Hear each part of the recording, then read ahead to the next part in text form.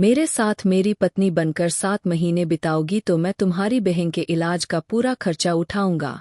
विद्या इस बात को सुनकर पर्दे में बैठी लड़की पत्थर की हो गई। आंखें मीच कर कहा, मैं पत्नी हूँ। जब वह गुस्से में बोला, यह शादी सिर्फ दिखावे का होगा, वरना मुझे तुमसे कोई दिलचस्पी नहीं। विद्या को भूपेंद्र की बात मजबूरन माननी पड़ी और अगले दिन दोनों की शादी हुई। पर जब वह 2 दिन के बाद किसी जरूरी काम से कमरे में आया तो वह पूजा कर रही थी। पहली बार उसका पूरा हुस्न और चेहरा देखकर वह सांस रोक गया, फिर कदम पीछे लेते मुस्कुरा गया। मेरे पिता की आखिरी बातें मेरे कानों में आज भी गूंजती है। वह अस्पताल के बिस्तर पर लेटे हुए थे, कमजोर सांसों में भी थोड़ी जान बाकी थी। उन्होंने मेरी आंखों में आंखें डालकर कहा, 7 दिन के अंदर अगर तुम्हारी शादी ना हुई तो यह सब कुछ मैं अनाथ आश्रम में दान कर दूंगा। मैं चुप रहा, हंठ बीचकर सर झुकाया था। मैं बचपन से जानता था कि मेरे पापा के शब्द पत्थर पर लकीर जैसे होते हैं। उनका हर फैसला, हर शब्द, मगर यह फैसला मुझे किसी जंजीर में बांध रहा था, जिसकी चाबियां शायद मेरे हाथ में भी नहीं थी। मैं बाहर निकला, सिगरेट जलाई, फोन कान से लगाकर विद्या जिससे मेरी मंगनी हुई थी, बचपन की दोस्त, जवानी की पहली मोहब्बत, हम दोनों ने सपने बुने थे, बड़े रंगीन। दूसरी घंटी पर उसकी आवाज आई, जैसे हमेशा से बेपरवाह, हेलो भूपेंद्र, क्या हुआ? तबीयत ठीक है तुम्हारे पापा की? मैंने कहा, विद्या मुझे अभी तुमसे एक जरूरी बात करनी है। जल्दी शादी करनी होगी 7 दिन के अंदर अंदर। पापा की वसीयत है। एक पल की चुप्पी, फिर वहां सी, भूपेंद्र यह सब ड्रामा छोड़ो, मुझे कल विदेश जाना है। 2 दिन के बाद आती हूँ, तब आराम से बैठकर बात करेंगे। शादी जायदाद का क्या है, सब तुम्हारा ही होगा। मैंने गुस्से में कहा, यह मजाक नहीं। अगर 7 दिन में शादी ना हुई तो सब खत्म हो जाएगा, तो किसी और से शादी कर लो। 7 महीनों के लिए दिखावे का कर लो, मुझे तमाशे से नफरत है। कॉल कट हो गई थी। मैंने फोन देखते हुए लंबी सांस ली। वह सब कुछ जानती थी कि पापा की वसीयत पत्थर की लकीर है, फिर भी उसने मना किया। शायद उसे लगा मैं मजाक कर रहा हूँ, शायद उसे यकीन था कि मैं उसके बगैर कुछ नहीं करूँगा, लेकिन मैं मजबूर था। मुझे करना पड़ा था और मैंने कर लिया। उस शाम मैंने कानूनी तरीके से कोर्ट में जाकर शादी कर ली, एक शर्त के साथ, 7 महीने की शादी, बस 7 महीने। इसके बाद वह जो चाहे कर सकती थी, डिवोर्स ले सकती थी, अलग होना, कुछ भी। वसीयत की वजह से यह शादी करनी पड़ी थी, वसीयत पूरी करना। अब समस्या यह थी, कौन सी लड़की ऐसी शर्त पर राजी होती है। मैंने एक एनजीओ से बात की जिनका दावा था वह शादी करवाते हैं। मैंने अपनी शादी की तैयारी की। मैंने अगली सुबह अपना सरवानी खुद पसंद किया, कोई दिखावा नहीं था। पंडित जी के साथ बैठकर कुछ रस्में निभानी थी, कोर्ट में कागज तैयार करवाना था, क्योंकि यह शादी शर्त पर रखी गई थी। लेकिन अंदर कहीं एक अजीब सी बेचैनी थी, ना इच्छा की थी ना मोहब्बत की, सिर्फ जिम्मेदारी का बोझ जो मैं अपने कंधों पर खुद लाद चुका था। दुल्हन का बंदोबस्त हो चुका था। गाड़ी में बैठते ही मुझे कॉल आई। वकील ने कहा, सर, वह लड़की तैयार है, आप जिस वक्त शादी कहें, मैं रजिस्टर लेकर आ जाऊंगा। मैंने गहरी सांस ली। ठीक है, मैं आ रहा हूं। मैं कोर्ट के बाहर लोकेशन पर था। यह पुराना गेस्ट हाउस, पंडित जी और कुछ लोग, और फिर यह शादी संपन्न होनी थी। वह बिल्कुल साधारण कपड़ों में थी, ना कोई मेहंदी थी, ना आंखों में कोई खुशी, मगर उसके बावजूद उसके बैठने के अंदाज में एक ठहराव था, जैसे कोई सब कुछ हार कर भी खुद से ना हारा हो। मैंने उससे नजरें चुराई, दिल में कुछ भड़का, मगर जल्दी बुझा दी। पंडित जी ने मेरी शादी उससे करवाई। वकील साहब ने कागज तैयार किए, हम दोनों ने उस कागज पर साइन किए। ऐसा पहले से तय था और हमारी शादी संपन्न हो गई। दोनों ऐसे लग रहे थे किसी के मरने पर आए होना, शादी की खुशी थी। बाद में बाहर आकर मोबाइल खोला तो अस्पताल से कॉल था। विद्या की बहन का इलाज शुरू कराना था। मैं वादे से भागने वाला नहीं था। जल्दी डॉक्टर से बातचीत की। बच्ची का नाम दुर्गा था। मेरे घर के गेस्ट रूम तक पहुंचा दिया गया था। मगर मैंने उसे जानबूझकर अलग हिस्सा दिया क्योंकि यह शादी, जैसा मैंने कहा था, सिर्फ दिखावे का था। दोपहर के वक्त वह खाना ही नहीं खा रही थी। नौकरानी ने आकर बताया, साहब कुछ नहीं खा रही है, बस पूजा पाठ में लगी हुई है। कहा जाने दो, जिद करने की जरूरत नहीं, आने वाले 7 महीने में सीख जाएगी। उस रात मैंने अपने कमरे में था, फाइलों में उलझा हुआ था, मगर दिमाग में नोट किया कि उसके पिता का कहीं भी उस रजिस्टर में नाम ही नहीं था। ना माँ थी, सिर्फ एक बहन थी, दुर्गा। वह भी जिंदगी और मौत की लड़ाई लड़ रही थी। उसका इलाज कुछ लंबा चलना था। शायद उसके पास पैसे नहीं थे। मुझे तो सिर्फ 7 दिनों के लिए शादी करनी थी, लेकिन उसकी शर्त यह थी कि वह 7 महीने के लिए शादी करना चाहती थी। शायद उसकी बहन की बीमारी में उसकी मदद की जरूरत थी और पैसों की। मगर फिर मैंने खुद को याद दिलाया, यह मत सोचो भूपेंद्र, यह सिर्फ सौदा है। ना तुम्हें उसकी जिंदगी से मतलब होना चाहिए, ना उसे तुम्हारे। अगले दिन सुबह मैं नाश्ते की मैच पर था। टेबल पर एक रजिस्टर रखी हुई थी। वह अंदर पूजा कर रही थी। इतने प्यार से वह भजन गाने में बिजी थी। मैं तो उसकी आवाज सुनकर हैरान हुआ। भगवान की कृपा है कि वह मेरी धर्मपत्नी है। मैंने उसके साथ 7 फेरे लिए, 7 वचन निभाने का कसम खाया। मैंने सर झुका लिया। मैं हैरान हुआ कि इस शादी को रश्मि नहीं, वह सच समझ रही है और पवित्र समझ रही है। मैंने वह नोट जेब में रख ली। ना जाने क्यों तीसरे दिन मैंने अस्पताल जाकर दुर्गा से मुलाकात की। वह कमजोर थी, छोटी उम्र की थी, लेकिन मुस्कुराई। जब मैंने कहा, आपकी बहन बहुत बहादुर है, उसने बस इतना पूछा, आप मेरे बहनोई है। मैंने हंसते हुए कहा, कुछ दिन के लिए। थोड़ी देर वहां बैठा, फिर वापस आ गया। रात गए मैं गैलरी में निकला। उसके कमरे की खिड़की से रोशनी बाहर को आ रही थी। दिल किया जाकर देखूं क्या कर रही है, लेकिन फिर खुद को रोका। काफी दिन बीत चुके थे। इसी तरह चुप्पी में वह अपने कमरे में कैद रहा करती थी। 7 दिन तो कब का निकल चुका था और मैं इसी तरह अपने रोज के हिसाब से दफ्तर चला जाता, अस्पताल में फोन करके बात करता, अपने रात की तन्हाई में डूबा हुआ। हम एक ही छत के नीचे रह रहे थे, लेकिन एक दिन भी एक दूसरे से कोई बातचीत न हुई थी। मैंने जानबूझकर यह फैसला रखा था। मैं चाहता था यह 7 महीने ऐसे ही बीत जाए जैसे कोई साया साथ हो, आवाज ना दे।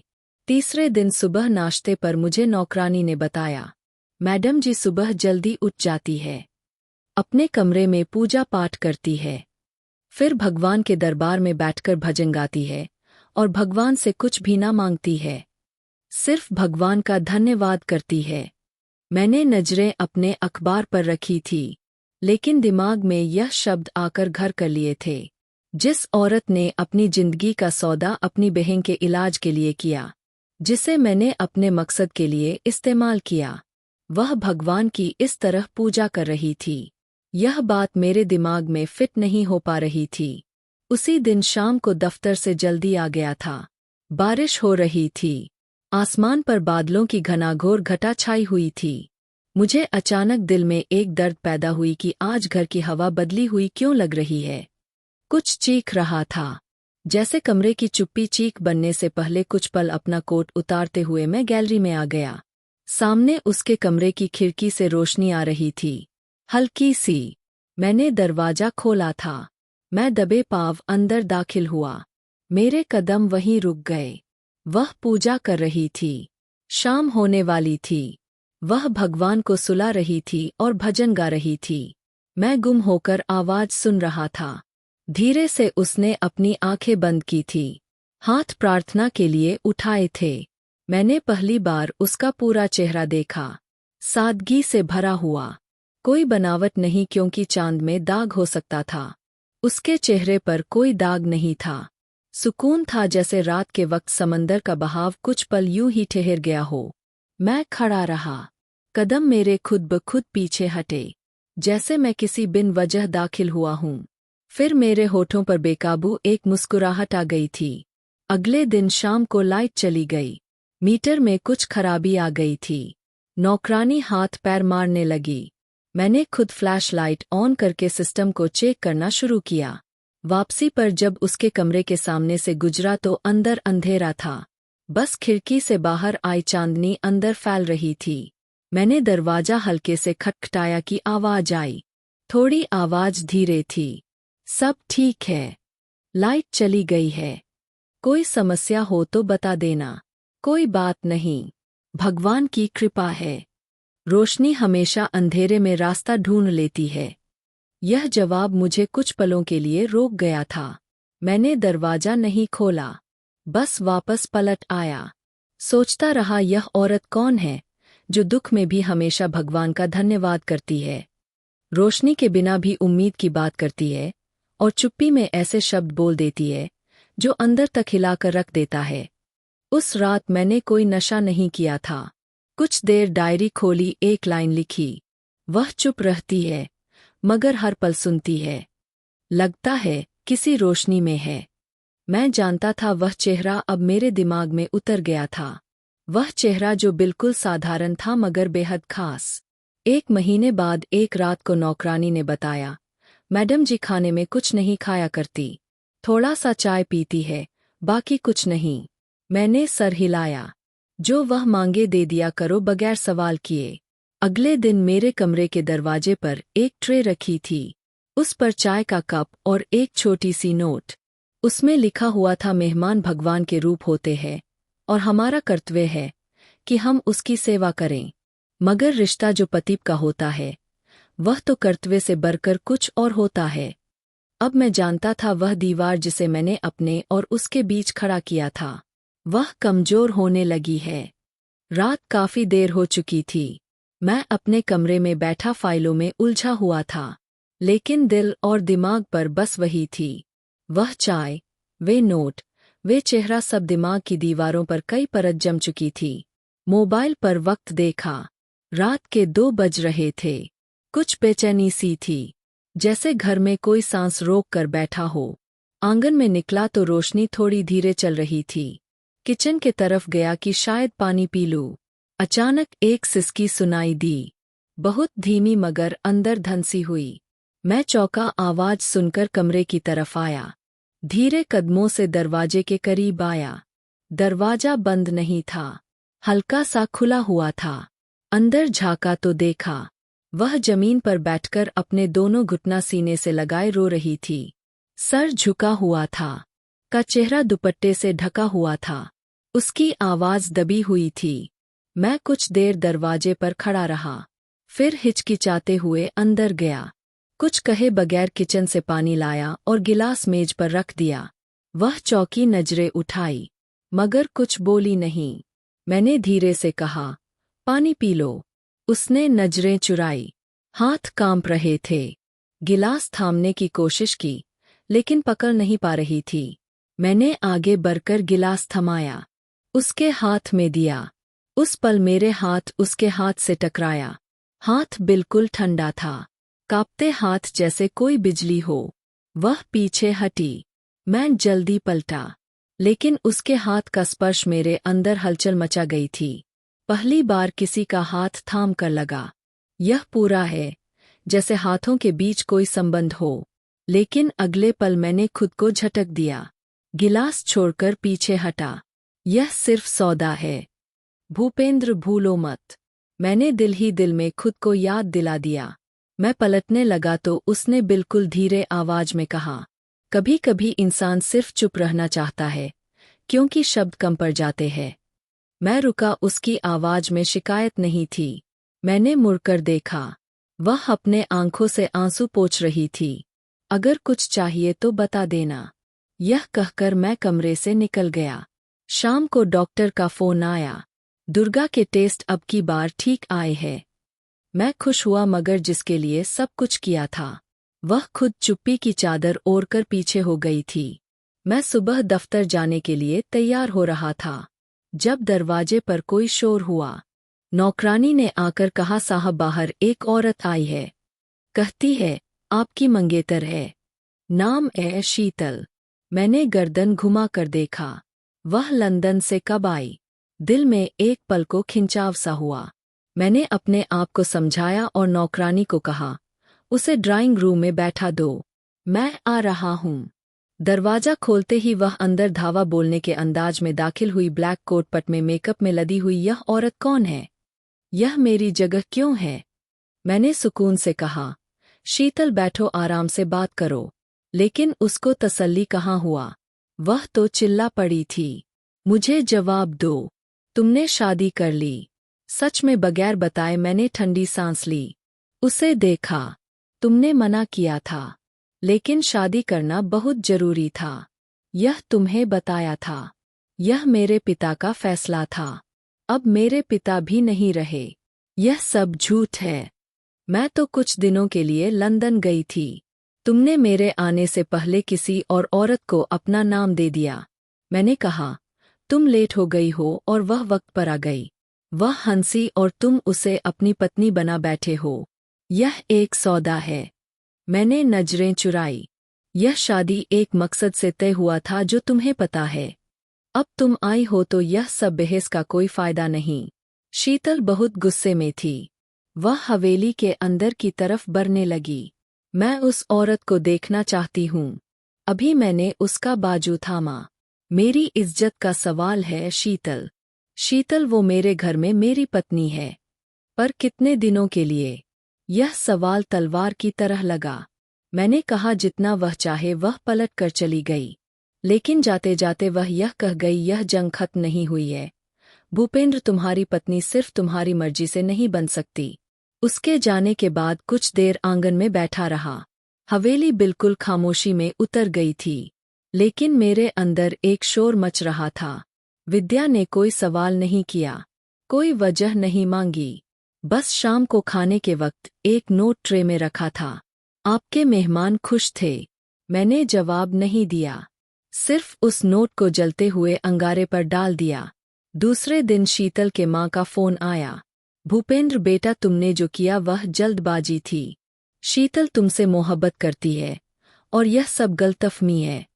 मैंने बड़ी इज्जत से कहा, आंटी जी आप मेरी माँ की तरह हैं। लेकिन यह मेरे पिता का फैसला था और वक्त पर लेना बहुत जरूरी था। उन्होंने हार मान ली, लेकिन शब्दों में एक दुख था। शाम को जब घर वापस आया तो देखा कि विद्या आंगन में तुलसी के पास बैठी जोत बत्ती कर रही थी। बस कुछ भजन गा रही थी। मैं कुछ दूरी पर था। उसकी आवाज में वह जादू था जो मेरे दिल में उतरता था। उस बीच मेरे अंदर अजीब सा सुकून था। जब अंदर गया तो दुर्गा ने मुझे देखकर मुस्कुराकर कहा, जीजू आपकी पत्नी बहुत प्यारी है। मुझे मंत्र याद करवा रही थी। मैंने सिर्फ मुस्कुराकर सिर हिलाया। फिर अचानक दिल में एक ख्याल आया। शीतल ने आज तक मुझे ऐसे पल कभी नहीं दिए थे। ना सुकून, ना बेबसी। वह हमेशा अपने आप को बेस्ट बनाने में लगी रहती थी, जैसे मोहब्बत भी किसी बिजनेस डील का हिस्सा हो।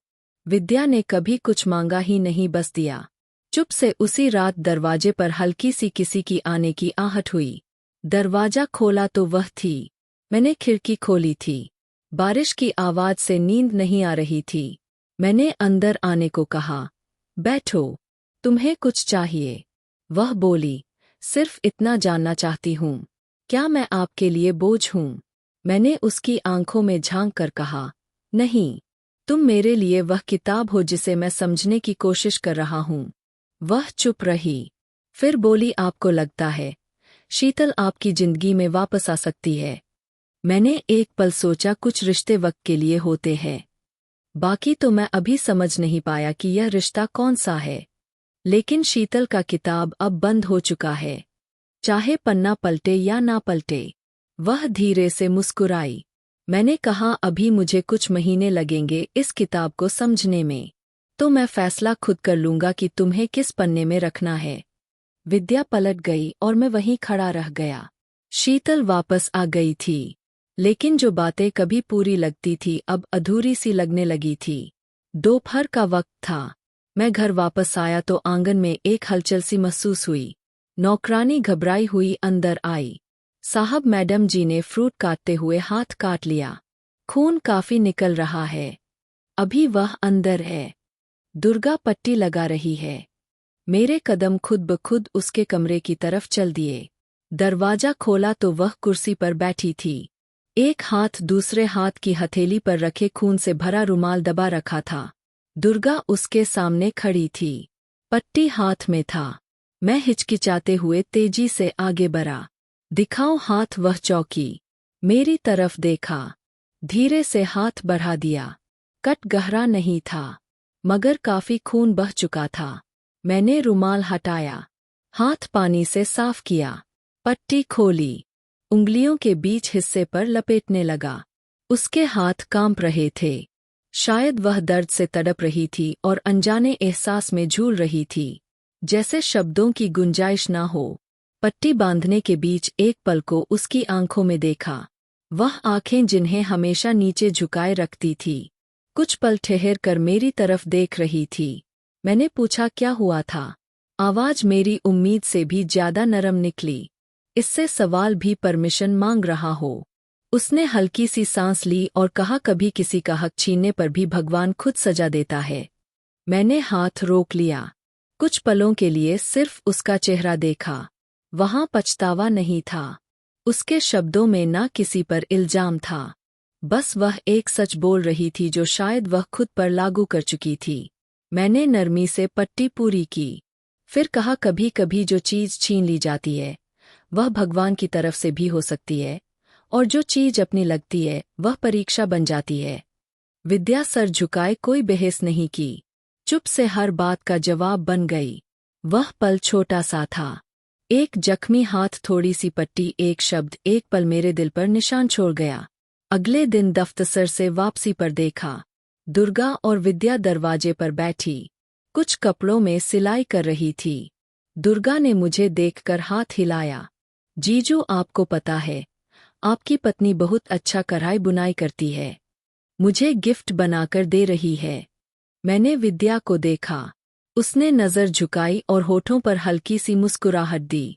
उसी रात में उसके कमरे के दरवाजे पर आहट दी। जी, मैं अंदर आ सकता हूँ। एक कोने में उसने अपना मंदिर रखा हुआ था जिसमें वह हमेशा पूजा पाठ करती थी। मैंने कहा, क्या वह पट्टी अभी भी रखनी है? उसने कहा, यह निशान है।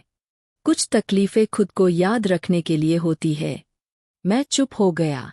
कुछ पल बैठा रहा। फिर कहा, कभी कभी तकलीफें हमें वह चीज सिखाती है जो आसानी कभी नहीं सिखाती। विद्या ने सर हिलाया, जैसे एहसास के हर चीज पर हक जताने का काबू नहीं होता। कुछ रिश्ते सिर्फ इसलिए नहीं निभाए जाते। मैं उसके शब्दों की गहराई में डूबता चला गया। एक वक्त था जब मैंने सोचा था यह शादी बस एक कागजी शादी है, लेकिन अब यह रिश्ता मेरे आसपास सांस लेने लगा था। विद्या मेरे सामने बैठी थी। चेहरा थोड़ा उदास था। उसका हाथ बैंडेज में छुपा हुआ था, मगर उसका असर मेरी सांसों पर छप गया था। वापसी पर मैंने अपने कमरे में आकर नोटबुक खोली। पहली बार बगैर सोचे कुछ लिखना शुरू कर दिया। जख्म दो तरह के होते हैं, एक जिस्म पर और दूसरा आत्मा पर। यह दोनों जख्म इंसान के दिए होते हैं, और दोनों को मरहम भी वही लगाता है जो एहसास करता है। फिर मैंने मोबाइल निकाला, वकील का नंबर देखा, लेकिन फोन नहीं किया। अब तो 7 महीने होने वाले थे, लेकिन मुझे लगता था 7 दिन भी नहीं हुए। मगर दिल कह रहा था शायद यह रिश्ता अब 7 महीनों का नहीं, 7 जन्मों का भी मोहताज नहीं। विद्या ने मेरे दिल पर अपना निशान छोड़ दिए थे। उस दिन दोपहर कुछ ज्यादा ही छुपी थी। बाहर हल्की धूप, अंदर हल्की सोचों की गूंज। मैं दफ्तर से जल्दी वापस आ गया था। मेज पर चाय नहीं थी। मैंने दरवाजा खोला, आंगन की तरफ बढ़ा। वह आंगन में थी, हाथ में ट्रे, चाय का कप, कुछ बिस्कुट और एक सादा सा रेड दुपट्टा जो आज खास चमक रहा था। वही रुक गया, सिर्फ उसे आते देख रहा था। उसकी रफ्तार धीरे थी, उसकी नजरें नीचे, लेकिन चेहरे पर कुछ सोच जैसा ही वह मेरे करीब पहुंची। मैंने धीरे से कहा, तुम्हारी आंखों में प्रार्थना है, पर होंठ क्यों चुप है? उसने पलके झुकाई, कप मेरे हाथ में थमा दिया और बस इतना बोली, काश यह सब कुछ हकीकत होती। उस शब्दों ने कुछ पलों के लिए सब कुछ रोक दिया। चाय की खुशबू, हवा की हरकत, मेरी सांस, सब ठहर गए थे। मैंने उसके हाथ से कप ले लिया और एकदम पीछे हटा।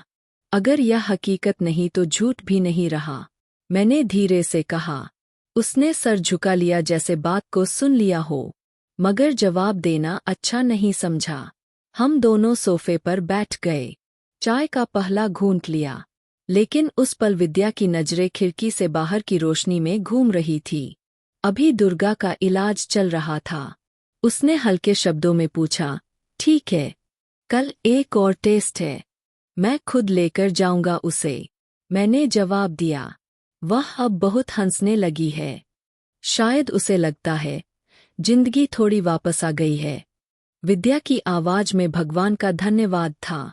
हैरानी थी, कुछ डर भी था, जैसे वह इस खुशी को पूरा मानने से डर रही हो। मैंने उसकी तरफ देखा। तुम्हें लगता है तुम्हारी जिंदगी भी वापस आ रही है? उसने एक पल के लिए कुछ कहना चाहा लेकिन खुद को रोक लिया। फिर बोली, मैंने जिंदगी मांगी कब थी? मैं तो बस एक मोहलत पर जी रही हूँ। यह सब सीधा दिल पर लगा।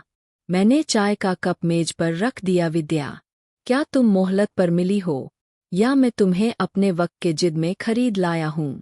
वह चौंकी, मेरी तरफ देखी। पहली बार नजरों का टकराव हुआ। उसकी आंखें साफ थी मगर अंदर कुछ और था। शायद दोनों बातें सच थी।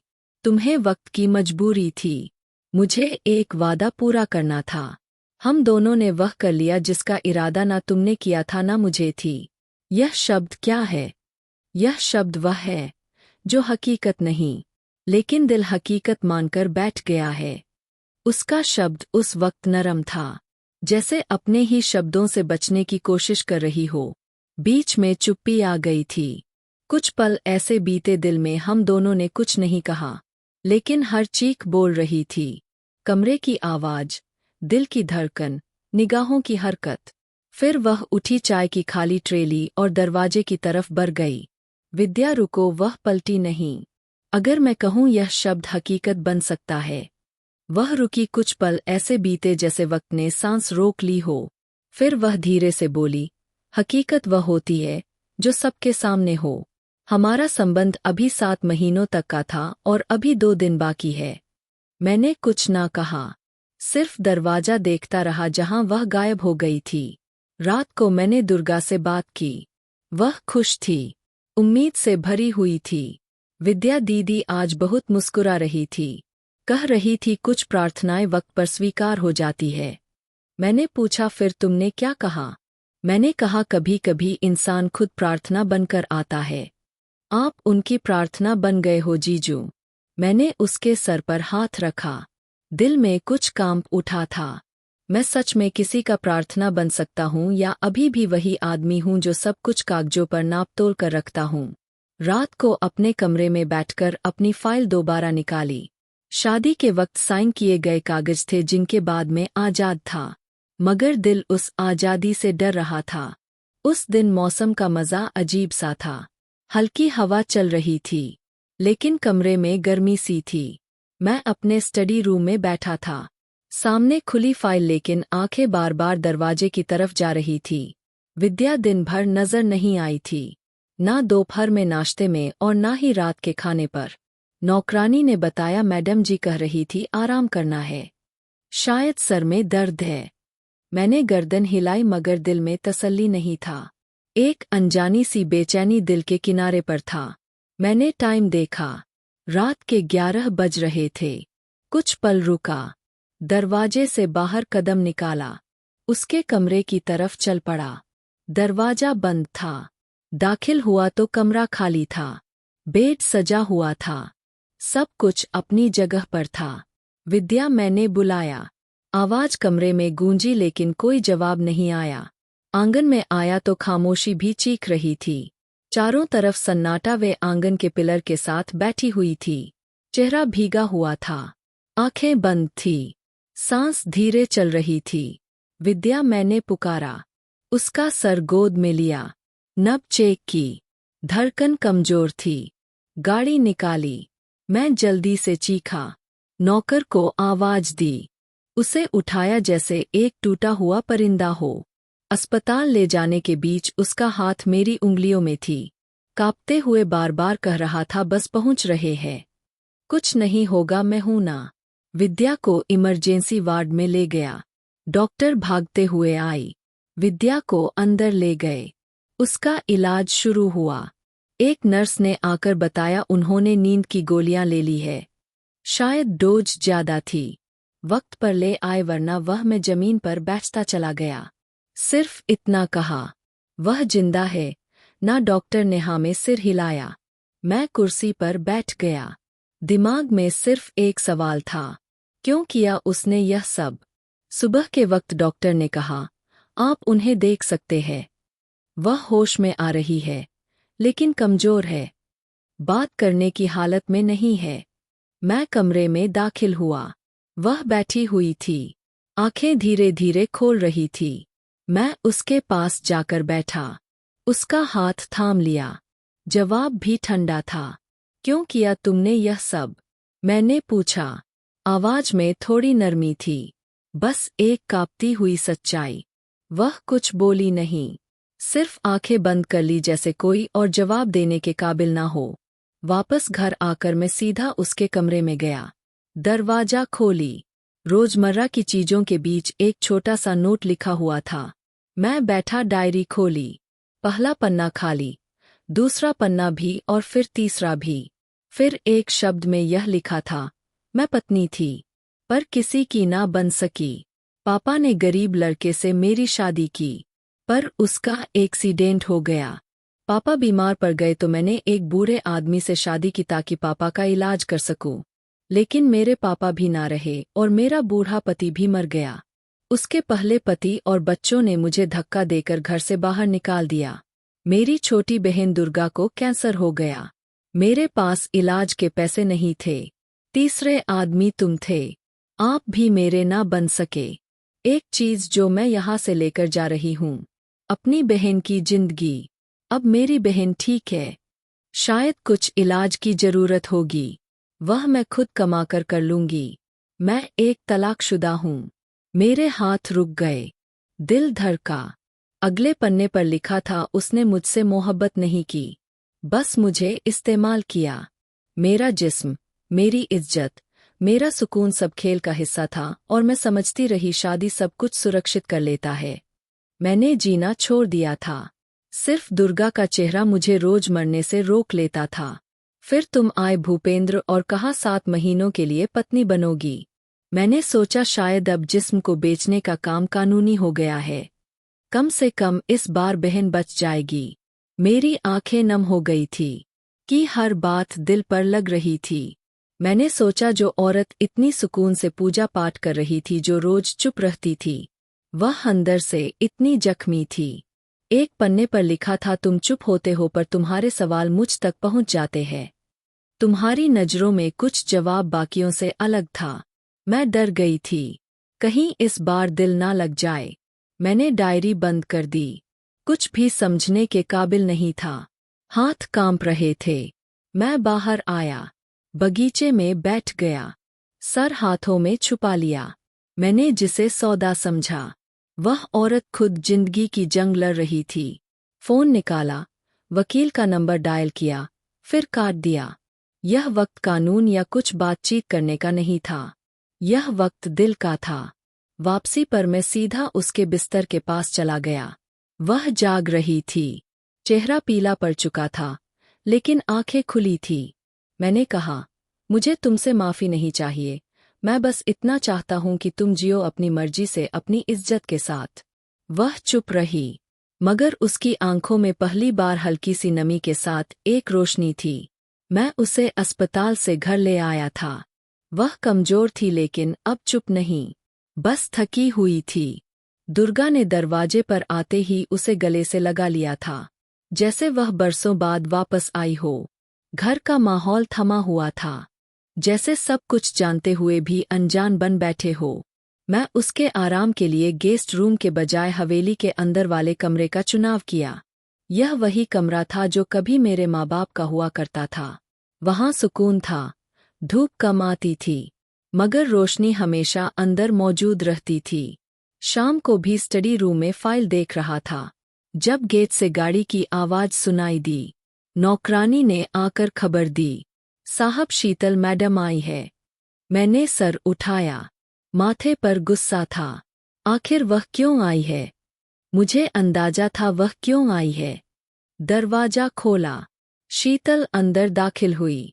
लंबे कोट में बहुत गुस्से के साथ, भूपेंद्र अब बहुत हो गई तुम्हारी चुप्पी और तुम्हारा फैसला, मैं दोनों से तंग आ चुकी हूँ। वह सीधे मेरे सामने आकर खड़ी हुई। मैंने ठंडे शब्दों में कहा, बैठो, बात कर लो। नहीं, मैं बैठने नहीं आई। मैं यह जानने के लिए आई हूँ, वह औरत अब तक यहाँ क्यों है? वह तुम्हारी पत्नी कैसे हो सकती है? वह हंसी। वह तलाकशुदा है और तुम उसके तीसरे पति हो। मैं अपनी कुर्सी से उठा और कहा, आवाज नीचे रखो। तुम जिस औरत को तलाकशुदा कह रही हो, उसी ने मेरे पिता की आखिरी वसीयत को पूरी की है। तुमने वक्त पर आने का वादा किया था, मगर तुम वक्त पर नहीं आ सकी थी। यह तो एक शर्त था। यह शादी है, ना मोहब्बत ना रिश्ता, बस एक सौदा। मैं चीखा, आवाज तेज थी पहली बार शायद। हाँ, यह शादी एक सौदा था, लेकिन उसने वह कर दिखाया जो तुम कभी ना कर सकी। उसने मुझे बदल दिया। मुझे वह सच दिखाया जिसे मैं भागता रहा। शीतल की आंखों में आंसू आ गए, मगर वह रुकी। वह बंदर, वह औरत तुम्हारी मोहब्बत कैसे बन गई? तुम कहते थे कि वह सिर्फ एक सौदा है, रिश्ता नहीं। मैंने उस दरवाजे की तरफ इशारा किया जहां विद्या थी। यह सौदा अब मेरी हकीकत बन गई है और तुम्हारा रिश्ता। वह पीछे हटी, बोली, तुम उसे अपनाने वाले हो। मैंने नज़र उसके आंखों में गाड़ दी। नहीं, मैं उसे अपनाता नहीं। वह खुद मेरे वजूद का हिस्सा बन चुकी है। शीतल ने कंधे झटके। आंखों में शायद जलन उभर आई थी। तुम मेरे साथ यह नहीं कर सकते भूपेंद्र। मैंने तुम्हारे साथ वह किया जो तुम्हारे व्यवहार के हिसाब से बनता था। तुमने मेरी मजबूरी का तमाशा समझा। उसने मेरे तमाशे में जान डाल दी। तुम्हें तुम्हारे पिता की पसंद थी। नहीं, तुम मेरे पिता की शर्त से भागी थी और वह उस शर्त को स्वीकार कर शीतल ने पलटने से पहले आखिरी बार उस औरत की सच्चाई तुम्हें ले डूबेगी। भूपेंद्र, मैंने गुस्से में कहा, मुझे उसकी सच्चाई में डूबना स्वीकार है, पर तुम्हारे झूठ में जीना नहीं। शीतल चली गई। मैं वहीं खड़ा रहा। दरवाजा बंद करने की हिम्मत नहीं की। कई पल बाद मैंने गहरी सांस ली। मैंने खुद से कहा, जिसने शादी के दिखावे किए थे उसी से इश्क हो गया। उस रात मैंने कमरे की लाइट बंद कर दी। विद्या के कमरे की तरफ देखा। दरवाजा बंद था। रोशनी नीचे से छनकर आ रही थी। मैं रोशनी को देखता रहा। फिर स्टडी रूम में गया। डायरी निकाली, लिखा, इश्क कुछ मांगता नहीं, बस वक्त के धार में खुद को सौंप देता है, और मैं उसमें बह चुका हूँ। इसका एहसास उसकी चुप्पी। वहाँ दूसरे दिन नाश्ते की मेज पर विद्या नहीं थी। नौकरानी ने बताया, विद्या मैडम ने कहा कुछ देर मुझे पूजा पाठ करनी है। मैंने कहा ठीक है, उन्हें कुछ ना कहना। मैं दफ्तर चला गया, लेकिन फाइल खोले बगैर वापस आ गया। कदम बेकाबू घर की तरफ बढ़ रहे थे। घर के चौखट पर दाखिल होते ही दुर्गा दौड़ी चली आई। विद्या दीदी ने कुछ नया पकाया है, आपको खिलाने के लिए। मैं मुस्कुराया, मैं हाजिर हूँ। किचन में दाखिल हुआ। विद्या मेज पर प्लेट सजा रही थी। चेहरा बिल्कुल चमक रहा था। मैंने धीरे से कहा, शीतल आई थी। वह नजरें नहीं उठाई। पता था आना ही था। और मैंने उसे कहा, तुम वह हो जिसने मेरे पिता की इज्जत बचाई और मेरी भी। विद्या नजर उठाई, अपने होठ हिलाए, मगर वह कुछ बोली नहीं, बस एक नज़र मेरी तरफ देखे। मैंने मन ही मन में कहा, तुमसे मोहब्बत करने लगा हूँ। विद्या इस बार हल्की सी मुस्कुराई, जैसे वह पहले से जानती हो। फिर नजरें नीचे कर ली। जानती थी शायद भी मोहब्बत शब्दों की मोहताज नहीं होती, और रिश्ता अब शब्दों से आगे निकल चुका है। 7 महीने बीत चुके थे। सुबह जब मैं उठा, हवेली मामूली के हिसाब से जाग चुकी थी, लेकिन दिल के अंदर एक अजीब सा सन्नाटा था। कमरे की खिड़की से रोशनी अंदर आ रही थी, लेकिन मेरे दिल की हर चीज चीख रही थी। दीवार पर लगी घड़ी 7 बजा रही थी, जैसे ऐलान कर रही हो, वक्त पूरा हो चुका है। मैं नहाकर बाहर निकला तो किचन में कोई भी हरकत नहीं हुई। नौकरानी मेज पर नाश्ते की चीजें रख रही थी, लेकिन विद्या वहां नहीं थी। मैंने धीरे से पूछा, विद्या कहाँ है? नौकरानी ने अपनी नजरें नीचे की। कहा वह अपने कमरे में नहीं। यह सुनते ही मेरे जिस्म से जैसे जान निकली थी। मैंने आओ देखा ना ताव देखा, सीधा गाड़ी निकाला, दुर्गा के अस्पताल पहुंचा जहां दुर्गा का इलाज चल रहा था। वहां से पता चला उसने अपना इलाज रुकवा दिया है। वे लोग यहाँ से चले गए। दुर्गा का टेस्ट होना था, रिपोर्ट आनी थी, और विद्या दुर्गा ने वह रिपोर्ट नहीं ली थी और अस्पताल से चले गए थे। सीधा उनके पुराने मोहल्ले में गया। वहां किसी को कुछ नहीं मालूम था दुर्गा और विद्या कहाँ रहती है, पर वहां पर एक बूढ़ी औरत से पूछा तो उसने बताया कि वह दोनों मंदिर में होंगी, क्योंकि उनका का कोई ठिकाना नहीं।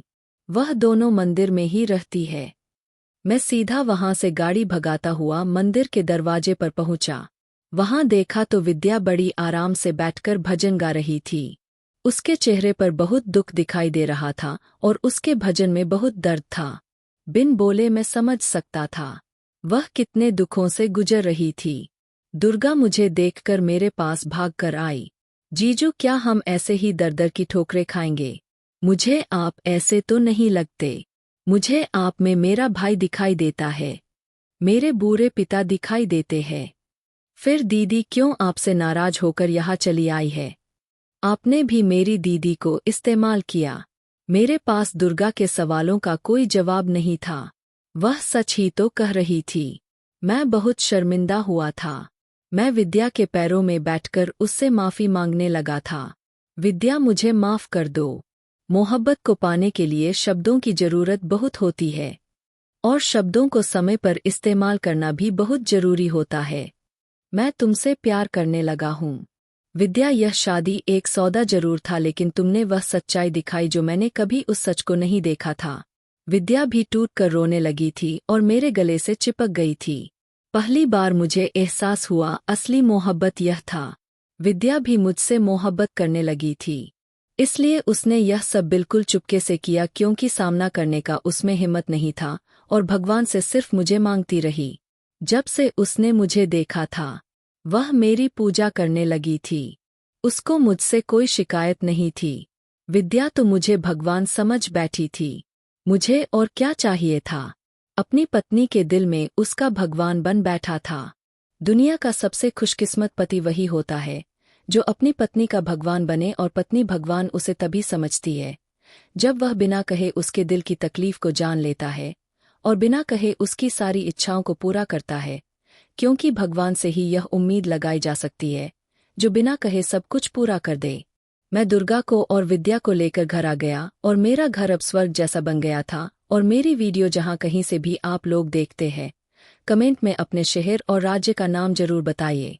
मुझे आप लोगों के कमेंट पढ़ने में बहुत आनंद आता है और उन सभी का मैं बहुत बहुत धन्यवाद करना चाहती हूँ जो लोग मेरी वीडियो को देखते हैं, लाइक करते हैं, शेयर करते हैं। अगर आपको आज की कहानी पसंद आई है तो वीडियो को जरूर लाइक कीजिएगा और अपने दोस्तों के साथ शेयर भी कीजिएगा। और हाँ, अगर आपने अभी तक हमारे चैनल को सब्सक्राइब नहीं किया है तो जरूर जाकर सब्सक्राइब करें। मिलते हैं हम अपनी कल की एक और नई दिलचस्प कहानी के साथ। मुझ पर सदा अपना प्यार और स्नेह बनाए रखें। सभी को मेरा प्यार भरा नमस्कार दोस्तों। खुश रहें, स्वस्थ